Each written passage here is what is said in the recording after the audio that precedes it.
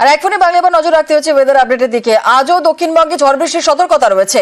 দক্ষিণবঙ্গে 7 জেলায় ঝড় বৃষ্টির সম্ভাবনা রয়েছে। শিলাবৃষ্টিরও সতর্কতা আবহাওয়া দপ্তরের। আর কি বলছে আবহাওয়া অফিস জানবো, আমাদের সঙ্গে রয়েছেন আমাদের প্রতিনিধি বিশ্বজিৎ সাহা। বিশ্বজিৎ, কি বলছে আবহাওয়া অফিস?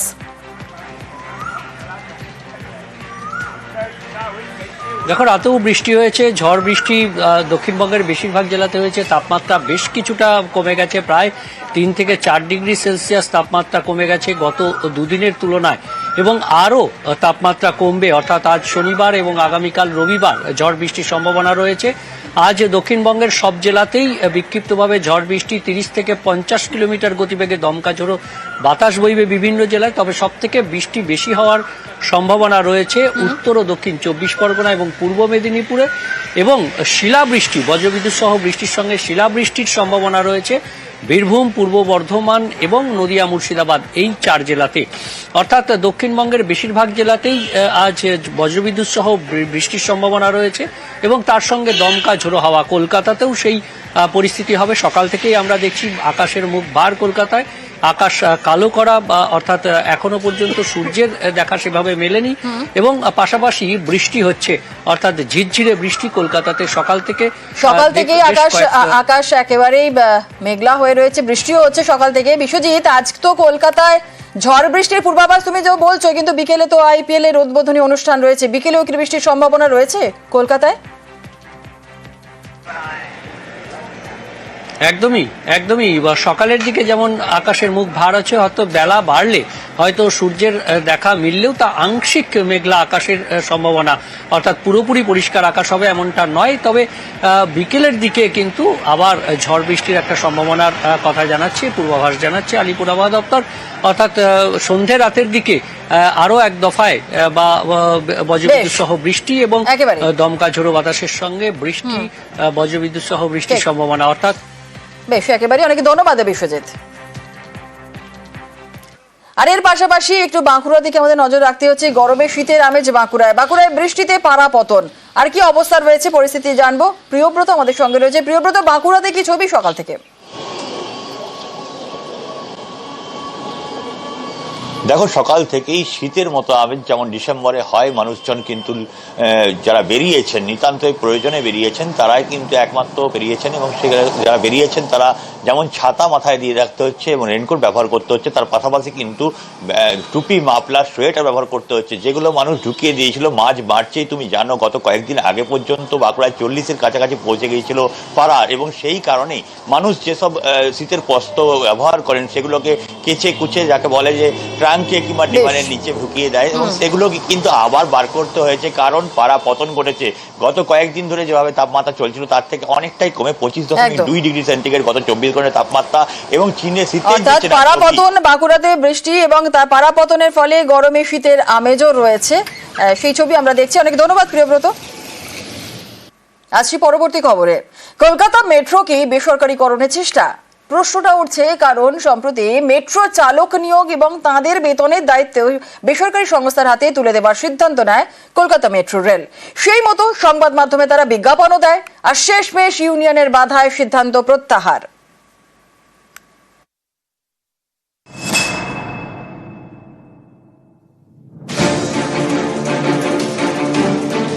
দেশের প্রথম মেট্রো রেল চলে কলকাতায়, দেশের একমাত্র সরকারি মেট্রো পরিষেবাও এই কলকাতায়। সেটাই কি এবার বেসরকারি সংস্থার হাতে তুলে দেওয়ার চেষ্টা?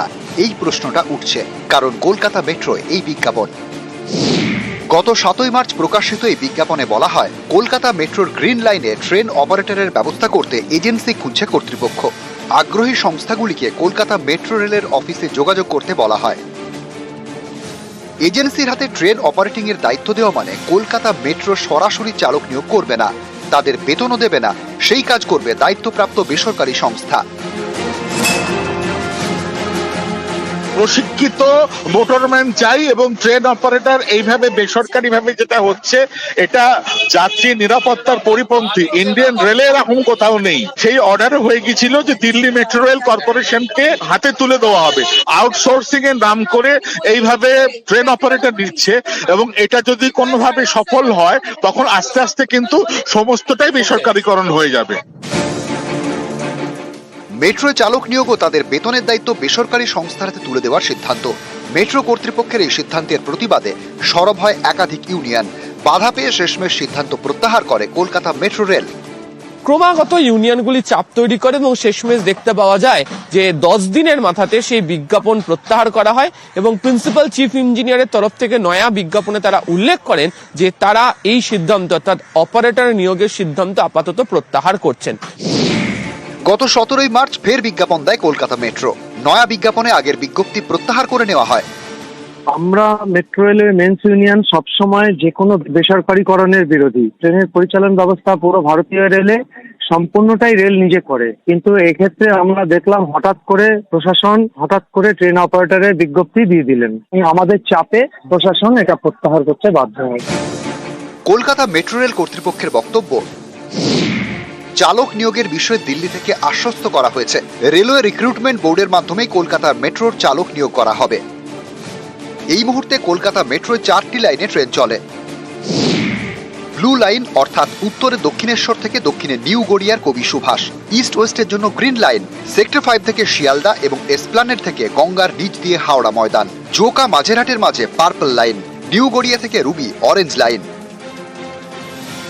দিন দিন কলকাতা মেট্রোর পরিধি বাড়ছে, কিন্তু চালকের সংখ্যা বাড়ছে কই?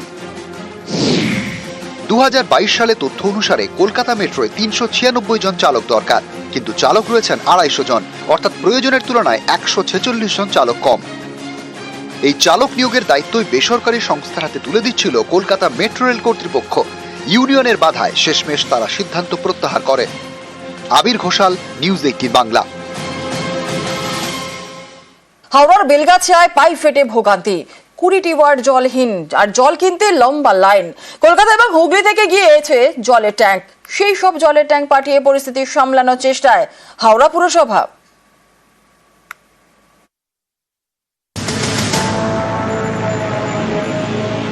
খাবার জল কিনতে হচ্ছে, তার জন্য লম্বা লাইন।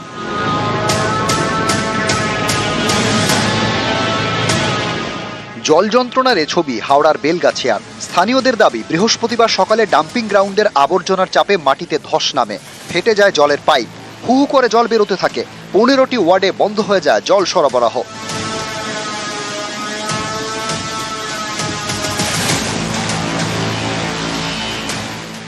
বৃহস্পতিবার রাতে পাইপ মেরামতের কাজ শুরু করে পুরসভা এবং কেএমডিএ। শুক্রবার ভোরে ফের ধস, দফায় দফায় ধসের জেরে বন্ধ হয়ে যায় জলের পাইপ মেরামতির কাজ, ফলে ভোগান্তি চরমে, 20টি ওয়ার্ড জলহীন। রাত্রে দেখি কাজ হয়েছে, বলছে মাটি নেমে নেমে পড়ে যাচ্ছে, পাইপ ঘুরে যাচ্ছে, রাখা যাচ্ছে না। এখন 1-2 দিন জলের সমস্যা থাকবে। একে গরম, তার মধ্যে জলহীন, ফলে ভোগান্তি চরমে। জল কেনা ছাড়া উপায় নেই, সেখানেও লম্বা লাইন, ক্ষোভ তাই চরমে। পয়সা দিয়ে জল কিনে জলে খাবার জল খেতে হচ্ছে, জলের ক্রাইসিস হবে।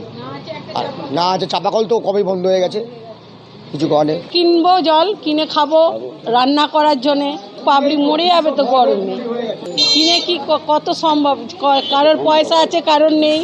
আবর্জনা স্তূপে ধসের জেরে এমন পরিস্থিতি হয়েছে যে আপাতত পাইপ মেরামতি সম্ভব নয়। আগে ধসের মোকাবিলা করতে হবে, তারপর জলের পাইপের মেরামতি। পরিস্থিতি তো খারাপের দিকেই আছে, খুব একটা ভালোর দিকে নেই। আর সময় লাগবে জল পাস হতে, তার সাথে সাথে দেখা যায় যেভাবে ধস নামছে, ফাটল ধরা দিচ্ছে, এটা আগামী দিনে খুব বাজে সিচুয়েশন পৌঁছাচ্ছে। অনেকেই কটাক্ষের সুরে বলেন, হাওড়াতেও পাহাড় আছে, বেলগাছিয়ায় আবর্জনার পাহাড়। অভিযোগ, এই আবর্জনার পাহাড়ের জেরে হাওড়া পুর এলাকার নিকাশি ব্যবস্থা বেহাল। এবার এই ডাম্পিং গ্রাউন্ডে জেরেই জলের পাইপ ফেটে জল যন্ত্রণা। কলকাতা এবং হুগলি থেকে গিয়েছে জলের ট্যাঙ্ক, এইসব জলের ট্যাঙ্ক পাঠিয়ে পরিস্থিতি সামলানোর চেষ্টায় হাওড়া পুরসভা। আমি হাওড়ার আমাদের যে অ্যাডমিনিস্ট্রেটর আছে তাকে বলেছি এটা দেখার জন্য। আমরা দেখে নিচ্ছি যত তাড়াতাড়ি সম্ভব রেস্টোর যাতে হয়, সেই জন্য ওখানে পুরো টিম নামানো হয়েছে। আমরা প্রায় 15টা গাড়ি সকালে পাঠিয়েছি ক্যালকাটা কর্পোরেশন থেকে। হাওড়া কর্পোরেশনের কাছ থেকে রিপোর্টটা চেয়ে পাঠিয়েছি নগরায়ণ দপ্তর থেকে। এক বর্ষাকালে 6 মাস ডুবে থাকে, আর জল কালকে সকাল থেকে যে জল নেই, জনসাধারণের হুঁশ নেই। গাড়িতে একটু আগে এসছে, এখনো ওদিকে যায় না। না না, ওদিকে এখনো নেই। আমরা চাই সমাধান, আমার নয় সবাই। যে ধসের চাপ, এই যে কি বিশাল চাপ, সেটা আমরা নিজেরা ভুক্তভোগী দেখতে পাচ্ছি। তাই আমরা এখন যত সম্ভব বাড়ি বাড়ি সমস্ত জায়গায় জল পৌঁছে দেওয়ার ব্যবস্থা করছি ওয়াটার ট্যাঙ্ক দিয়ে। এইচএমসি এবং কেএমসি ক্যালকাটা কর্পোরেশন 3টে বাহিনী আমাদের নেমেছে, আমরা বাড়ি বাড়ি জল পৌঁছচ্ছি। পরিস্থিতি খতিয়ে দেখতে এদিন ঘটনাস্থলে যান জেলা শাসক, সঙ্গে হাওড়ার পুলিশ কমিশনার। 2-3 দিন টাইম লাগবে এই জলের প্রবলেমটা একটু মেটাতে, তার মধ্যে আমরা সব ঠিক করে দেব। এখানে যা অসুবিধা মানুষরা ফেস করছে ওটা আমরা আজকের মধ্যে যতটুকু তাড়াতাড়ি রিপেয়ার করে একটু ওয়াটার সাপ্লাইটা একটু করে দিতে পারি ওটা করব। নিউজ 18 বাংলা। ডাম্পিং গ্রাউন্ডে আবর্জনার পাহাড় আর সেই জঞ্জালের স্তূপেই আগুন।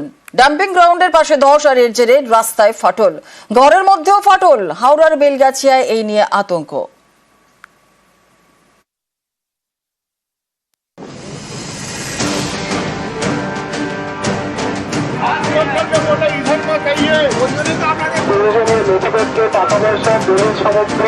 নিজেদের কাছে রাখুন।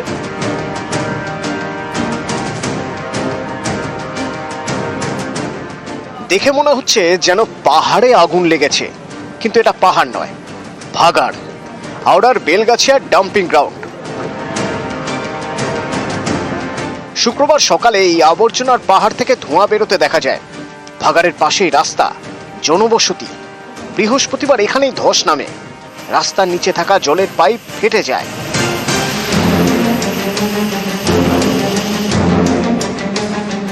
শুক্রবার দুপুরে হুড়মুড়িয়ে ভেঙে পড়ে এখানকার পাম্পিং স্টেশন। এদিন সকাল থেকে এলাকায় নতুন করে ধস নামতে শুরু করে, রাস্তায় ফাটল ধরে।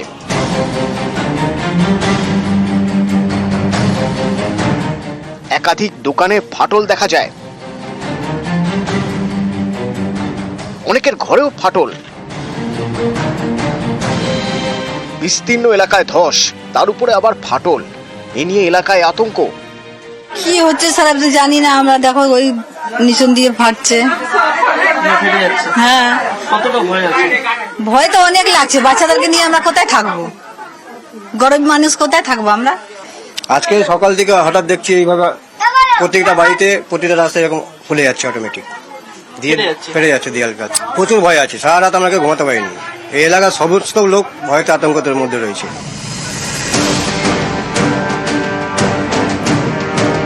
ছোট ঘর, এটাই মাথা গোঁজার ঠাঁই। সেখানেই ধসের জেরে ফাটল। আতঙ্কে অনেকেই ঘর ছেড়েছেন।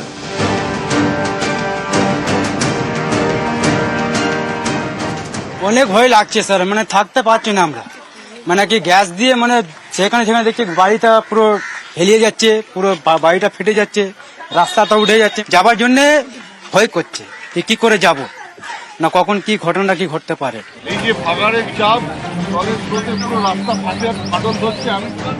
সাধারণকে সতর্ক করতে আসরে নামেন হাওড়া উত্তরের তৃণমূল বিধায়ক।